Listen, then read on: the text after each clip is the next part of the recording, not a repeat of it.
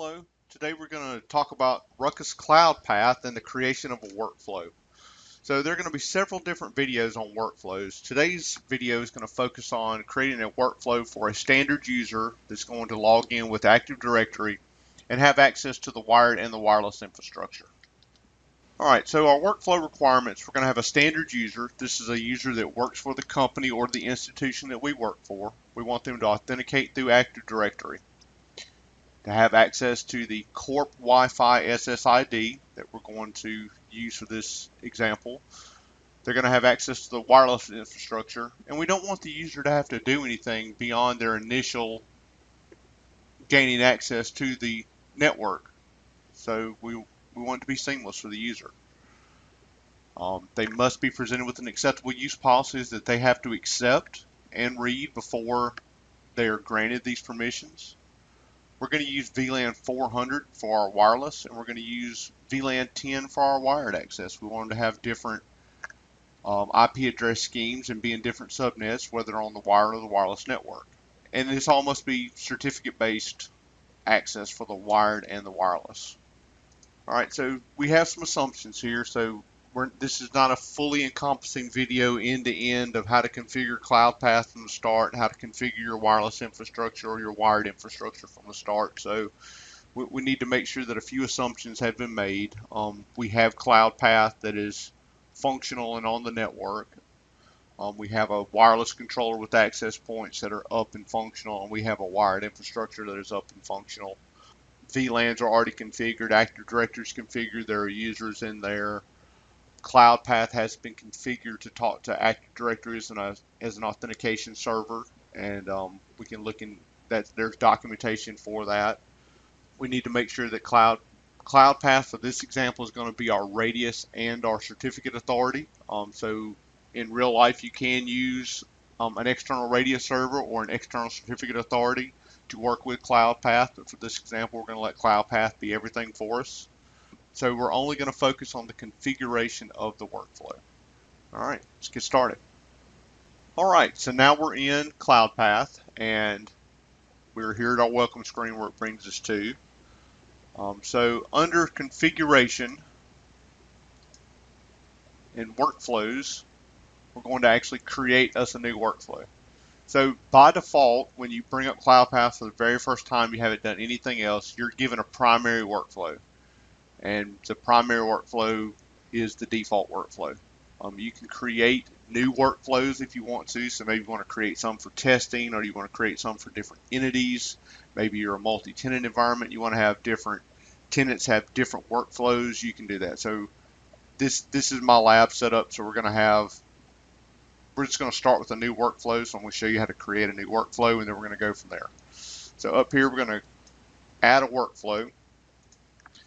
We're going to call this the NetAdmin workflow, and you can give it a description if you want to. So the URL name, we'll talk about in just 1 second. I'll show you where that goes. All right, so now we have our new NetAdmin workflow right here. Right now it is unpublished, so when it's in an unpublished state, it will not work. So the URL that we created a minute ago, the URL name, so NetAdmin right here. So when we actually set up our redirects inside of our controller, so when a user initially gets on to their onboarding SSID, or they come to the website that's presented to them to do their onboarding process, they have to go to a URL or be redirected to a URL. This is that URL right here.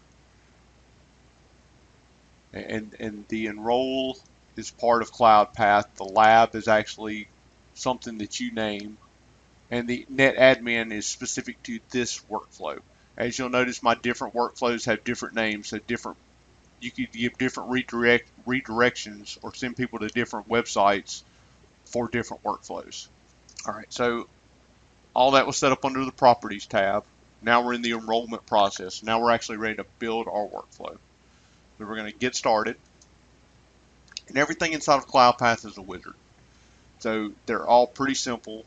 All the different workflows, as you can see, here's all kinds of information that you can set up to build any kind of workflow that you imagine. This is very granular. but it's also very user friendly. So the very first thing we want to do is we talked about we need to display an acceptable use policy. So we're going to select that. We're going to go to next. And then here, if you have some existing ones, you can use them. You can upload an HTML file that you have for an acceptable use policy, or you can create a new one. So we're just going to start. We're going to create a new one. We're going to go to next. This is our NetAdmin acceptable use policy. And you can give it a description if you want to. And as you see in here, you can have your title, welcome to the account name network. You can change any of this. You can have variables in here that put information in, so you can change. You can tailor the message if you want to, that actually shows up for somebody. Your acceptance checkbox. We're going to go ahead and save this. So now we have our NetAdmin acceptable use policy. And then over here, once you create this step, I can edit this step, I can delete this step, or I can click here to preview this step. So we're going to move on. So the next thing we wanted to do in our workflow is we need to actually get them to authenticate themselves now. So I'm going to go right here and I'm going to insert a step here. And now I need to authenticate to a traditional authentication server because we are using Active Directory.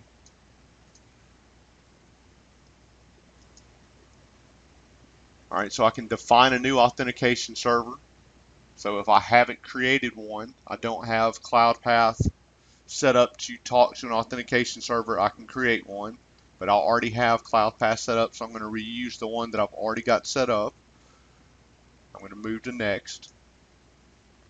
So I can use a new web page for this, or I can reuse an existing web page. And this is going to be what the web page looks like for the user. So I'll go ahead and create a new one just so everybody can see what this looks like.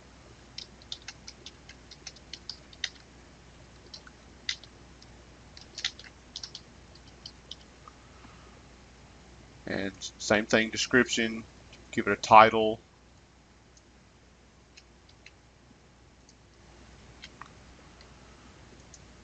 And you have a lot of different options how you want to set up these pages. So we're going to go ahead and click Save. So now we're prompting the user for their AD credentials. All right, so once they receive their credentials, the next thing we want to do is we want to put them on a network, and we want to make sure they have get their certificate, and then we have an option to run some form of posturing against them or stop them based on the device types that they have. So right here for assign a device configuration, so we're going to click on that. We can either use an existing device configuration or we can create a new device configuration. So for this one, we're going to create a new device configuration. I'm going to call this one NetAdmins, keep with the theme. You can give it a description if you want to. All right, so we're going to start with our wireless configuration. So our SSID we talked about is Corp Wi-Fi. We want to authenticate with a client certificate, and yes, this SSID is broadcasting. If it weren't broadcasting, you can actually tell it that no, it's hidden. We're going to go to next. We're not going to set up any conflicting SSIDs since this is, for this example, the only one that we have. All right, so right here you can choose if I want to deny Chromebook, or if I want to deny Mac, or if I want to deny, say I want it to be just Windows 7 and newer, or say I want it to be iOS 8 and newer for iOS versions. You can set that stuff here. So maybe I want Linux and we'll just go with 14.04 and Mac OS 10.9. So you can make these changes here. So I can manually configure OSs. I can get rid of BlackBerry and say Windows RT. I don't want those on my network. So then I can go to next. This is part of that posturing that we're setting up. So Clients will authenticate to the onboard radio server. So Cloudpath is our radio server like we talked about, so we're going to use that option. All right, so here we have some more posturing options that we can do, and I'll show you where you can actually go and modify these in depth in just a few minutes, but you have options here. We're going to leave these to the default. All right, right here we need to create our template for our certificate. So we're going to go ahead and we'll create a new certificate template. And we're going to use the onboard certificate authority. But right here is where you could choose if you had third-party certificate authorities to use. All right, so here's where you're going to set up information for your client. I'm just going to call it username at it.lab.local, which is my name for my domain. I'm going to make it last for 1 year. You have a lot of options on how long you want these certificates to be good for. You have the option to configure advanced options here if you want to. We're just going to take some defaults. Life cycle, you can actually have it send notifications to people when their certificates are about to expire. So we're creating the wireless side right now. So this information down here for this template is actually going to apply to the wired side for us. So remember we talked about the VLAN we wanted to do was 10 for the wired side. Now a lot of you are saying we're creating the wireless certificate here. Well, we're creating a certificate that's separate from the wireless, and I'll show you that in a minute. We're going to create the wired portion that goes in front of the certificate. The reason we're setting the VLAN in here because this is a radius attribute that we're sending. So when we configure our switches for 802.1x, it needs to receive a radius attribute for its dynamic VLAN assignment. So our switches that we have are set up, I have a restricted VLAN, so if you don't get authenticated, you get sent off to the restricted VLAN. When you try to get authenticated, you're in the authentication VLAN, which is a VLAN that will only allow you to talk to Cloudpath. Once I become authenticated, I have to be moved to a VLAN that's accessible to the rest of the network, which is my VLAN 10. That's where I want my users to be. So I have to set that radius attribute to be sent to my switches so it'll know what VLAN to put them in once they are authenticated. So we're setting that here. Your wireless VLAN assignment is set inside of the wireless controller SSID. So when you create the Corp Wi-Fi SSID in your wireless controller, there you will tell the attribute that is set for the VLAN 400 that'll put wireless clients inside of VLAN 400 once they're authenticated. So we've set our radius attribute. Now we're going to go to next. All right. So now we have pretty much the foundation of our workflow. So I need to go back and I need to add wired to my configuration. So I click on my NetAdmin right here, and that takes me back to my device configuration. So I go into my networks. See here I have my wireless LAN, Corp Wi-Fi. I need to add another network. I need to add wired to this network. Now I'm allowing users to either join the Corp Wi-Fi WLAN or the wired connection via 802.1x. I'll go back to my workflow. All right, so now when a user logs in to be authenticated or to be onboarded to this network, the very first time, they're going to receive the acceptable use policy. They're going to be prompted for their AD credentials. They're going to receive a certificate. They'll be postured first. They'll determine whether they're going wired or wireless. They'll be presented their certificate, and that certificate has all the information that they need in there. And that is it. That is the once the user is onboarded from that day forward for the length of that certificate, so in our case it was 1 year, they will have access to the wired infrastructure and the wireless corporate Wi-Fi infrastructure without any interaction whatsoever. Once they turn on their wireless and they're in range of the wireless, they will automatically connect to the wireless and be authenticated. Once they plug into the wire on an 802.1x configured port, they will be authenticated and moved into VLAN 10 that we set them up for. So now that we've built our workflow, we have to publish it because it's still in unpublished state, so right now it won't work. So right next to the workflow, we have this little cloud with an arrow in it. This is our publish. So we're going to go in here, we're going to click publish. Always accept whatever the newest wizard is. The wizards are actually built based on the best information that we have to create these workflows based off of bug fixes and things like that. So think of this as the newest patch version of the wizard to create a snapshot for the workflow. I'm going to hit create. This will take just a minute. As you see, it switched us over to our Snapshots tab, and it's actually completing the process here. We can go and do something else and come back, and when it's finished right here loading, it'll show up as a little green circle. So over here, so we talked about the Properties tab. That's where we actually set up the beginning. The Enrollment process is where we actually built our workflow. So on the Look and Feel tab right here, this is where you can actually configure how the web page that is presented to the user to go through this process looks and feels. So it's 100% customizable. You can have your corporate logos on there. You can have the names, the fonts, the colors look however you want them for your organization. And as soon as this workflow completes its snapshot or its publishing, we're actually going to view that web page so you can actually see all these things right here that you have the option of being able to change. So we're going to go back to our snapshots. We have a green circle, so it is active now.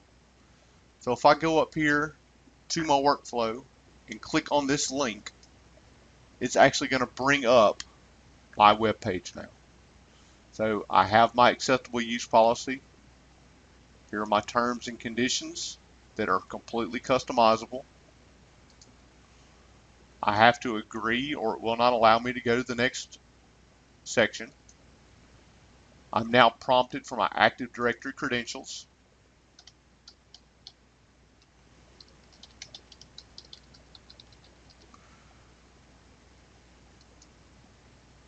All right, now I've been authenticated. Now I'm at the point where I'm going to click on this download wizard, and then I'm going to install the certificate. So for a Windows device, right here I would click to download. It would give me an executable file. I would run that executable file. It would then posture my machine based off of the criteria that we set up earlier.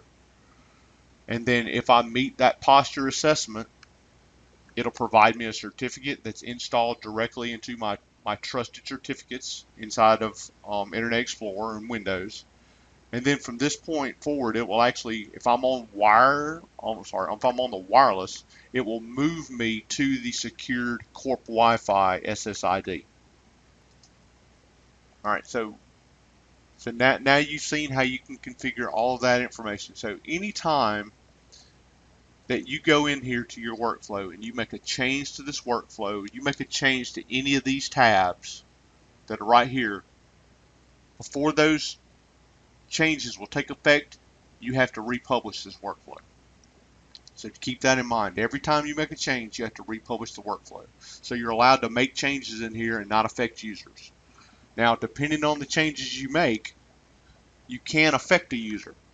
So if you have a bunch of certificates out there and you go in there and make drastic changes to the workflow and the certificates, you could affect users who have current certificates now because their certificates do not reflect the changes that you've made. Because once you get a certificate, you keep it for the duration of that certificate. So be mindful of the changes you want to make after you've deployed certificates to users. An example of that would be we set that radius attribute to VLAN 10. Well, that's embedded in the certificate. So now if you change that, users who already had that certificate are still going to be trying to get to VLAN 10. So if you got rid of VLAN 10, you just broke them. So just be mindful of the changes you make. So we also talked about the posturing assessment. So these are all device configurations. So you can either go click right here to your NetAdmin and go into there. You can go up here to device configurations. That's going to take you to the same place. So if I click on my NetAdmin right here, notice it takes me to device configurations. So we have the summary. So we talked about the networks. This is where we added our wired and wireless. The Trust tab actually shows our certificate information for who is our root and who is our intermediate. So under here, under the OS settings, this is where I defined what operating systems I wanted. If you notice, I remember we checked for Windows 7 or better, so Vista and XP or X'd out. We checked 10.9 for Mac OS, so 10.7 and 10.8 are X'd out. We stopped iOS from 8 and below, or below 8, so they're grayed out. So this is where you can change these settings. Maybe I decided I want to come back and I actually want to allow iOS 7 to be in here. I've got a bunch of it. I can't get rid of it. So I can go in here and edit. I want to allow 7. And then I want to save. So now my iOS, I allow 7. All right, so under the user experience options, you have some information in here in the web page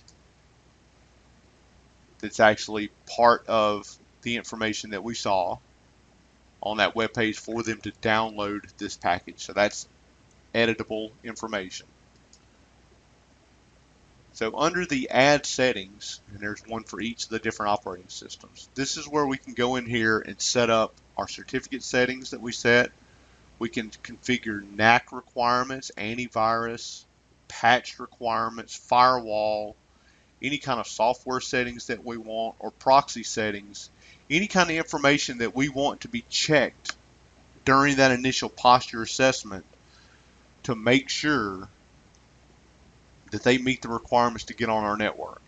Now, unlike a full-blown NAC with an agent, we are not doing a continuous posture assessment of the device. This is an initial posture assessment only. So when they go through that wizard setup to receive that certificate in that initial download, they are posture assessed at that moment. From that point on, they are not. They are authenticated based on their certificate. Now, when their certificate expires and they have to go get a new certificate, they will be posture assessed again. So this is not a full agent NAC that is continually posture assessing someone every single time that they connect to the network. So this is more of a NAC light. So do make that distinction. But that's it. So at this point, we have a completed workflow. A user can access through an onboarding SSID, which is one option. So you would create an SSID specifically for onboarding. That SSID would be blocked off and only allow connectivity to Cloudpath. Or if you're having Android devices, you need to give access to the Google information. If you're doing Apple devices, you may or may not want to give them access to the Apple iTunes store to be able to get anything that they would need. So once you set up your walled garden or your restrictions, depending on your controller, they would onboard, or they would connect to the onboarding ID. They would be redirected to this URL that you set up here, and then they would be presented with that web page where they would go through the process of onboarding their device. If you didn't want them to have to connect to an onboarding SSID, if you make that website available and publish that link to that website, that same URL up here, they can access this web page and go through the exact same process, either wired or wireless. And they don't even have to be on your corporate network if you give this a public presence. They can do this from home. So right now, with this current setup, these could be either corporate devices, they could be BYOD devices. So that is up to you. There are ways to restrict this to where they have to be meet other requirements, be in groups or things like that, to be able to bring these devices on. Like I said, there is a ton of options. This can get as granular as you want to. We're going to have more videos for different types of workflows, but I hope this video has been very informational for you, and thank you very much.